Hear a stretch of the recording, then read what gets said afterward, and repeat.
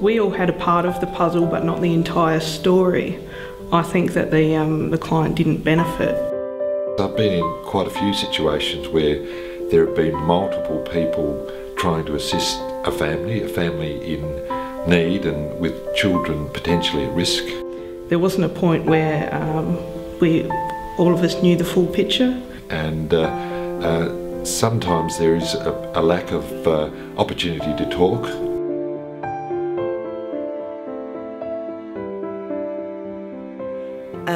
I think the information sharing guidelines absolutely allows us to provide an earlier intervention. We make full use of it. But we have had situations where young people who are experiencing a period of mental unwellness, unfortunately the information that we would normally expect to receive from the hospital about a situation like that hasn't been passed on to the school, and so without that information about appreciating what risks that young person might be facing, the school then is left in a situation where they don't know what they should be responding to. And there are other situations where one party or one helper doesn't realise what the other helper is doing, and that can put the children and family at risk.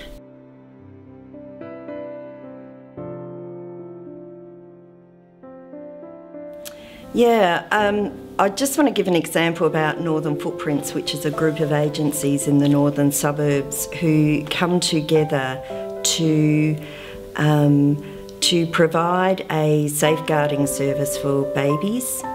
It's had a huge success, and the information sharing guidelines are one of the guiding principles of Northern Footprint.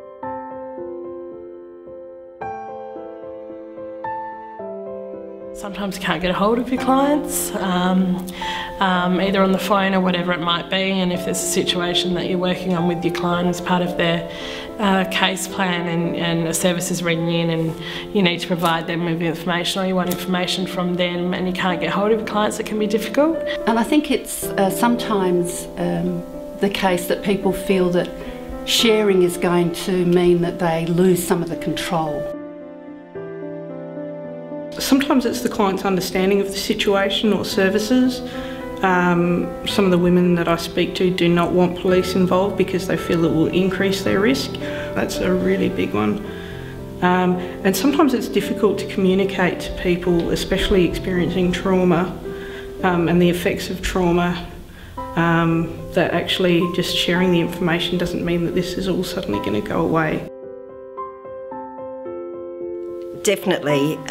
Certainly before the information sharing guidelines where it was difficult to share information. A few of those situations were particularly around, I think, babies and particularly around young people. So young people who are at risk of harming themselves and agencies not sharing information around that young person maybe needing some additional support, so wrapping services around young people at times like that. And the other one, for example, was a baby who was discharged from hospital without supports being put in place, so that baby was consequently harmed. And but if other services had known that that discharge was going to happen, some supports could have been put in place to support.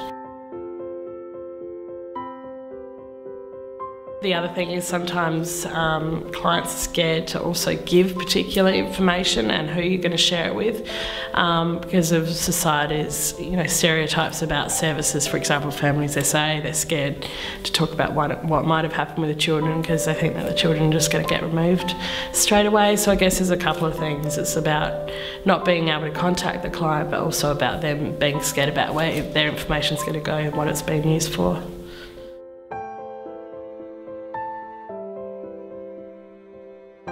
We can talk to GPs, we can talk to police to help us locate families.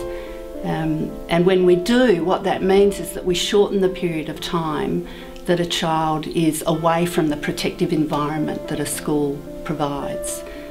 These vulnerable children and families, when they're out of our sight and they're out of our reach, that really does put them at risk. So the sooner we can locate them and get children back at schools, clearly the more effective we are in helping find out what those problems are. We have a policy where significant risk is identified. When we first engage with clients, we let them know that the ISG does exist, and we let them know about the processes involved.